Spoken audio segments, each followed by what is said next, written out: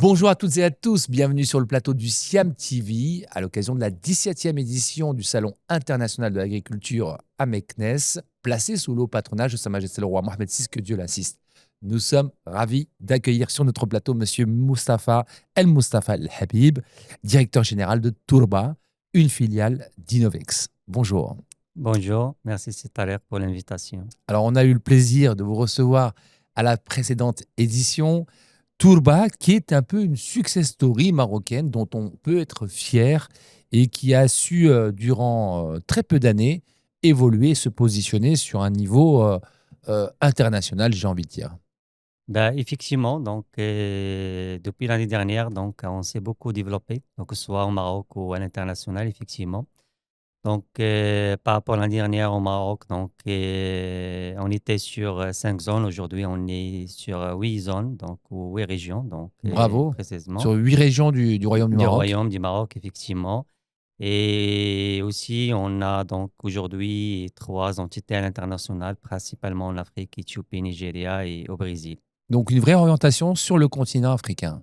Effectivement, c'est notre principale orientation et notre principal marché, effectivement. Alors, si la Habib, justement, pour éclairer un peu notre audience et peut-être représenter l'émission et la société Tourba.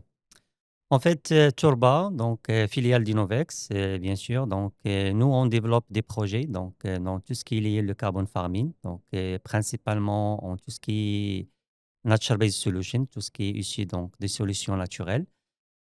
Généralement, on accompagne les agriculteurs, petits, moyens, grands, organisés en coopérative ou individuels.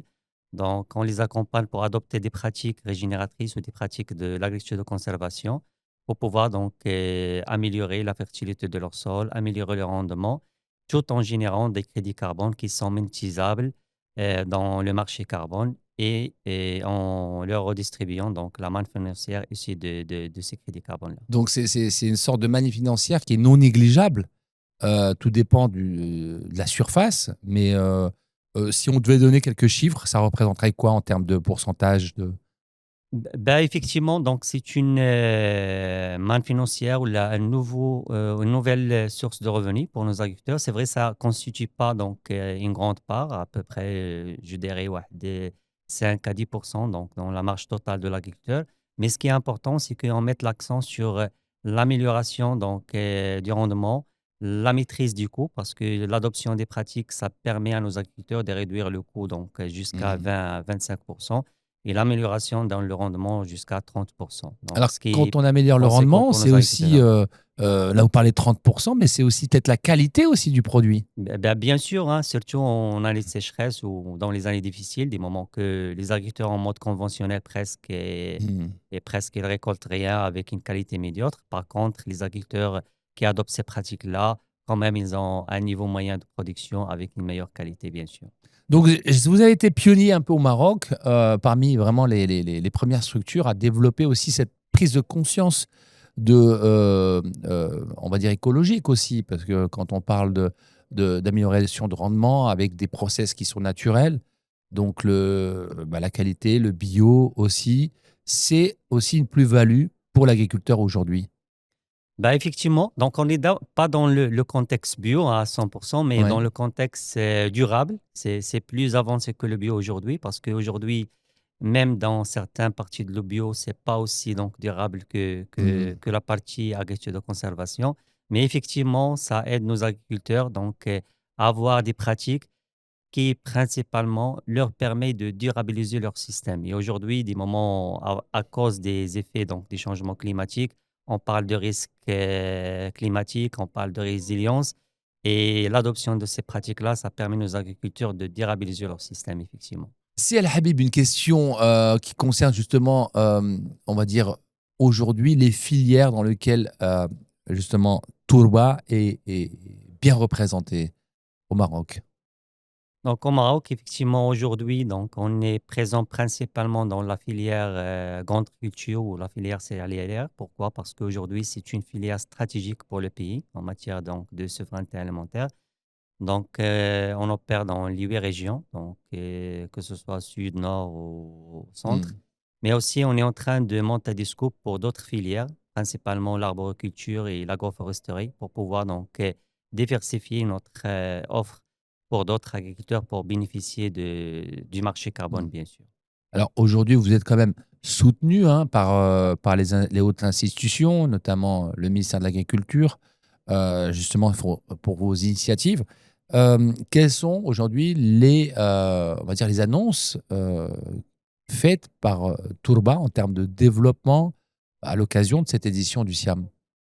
Ben, effectivement, nous, on collabore beaucoup avec le ministère et les différentes institutions donc, étatiques. On remercie beaucoup. Donc, ça nous facilite beaucoup donc, la collaboration sur le terrain avec les différents donc, intervenants.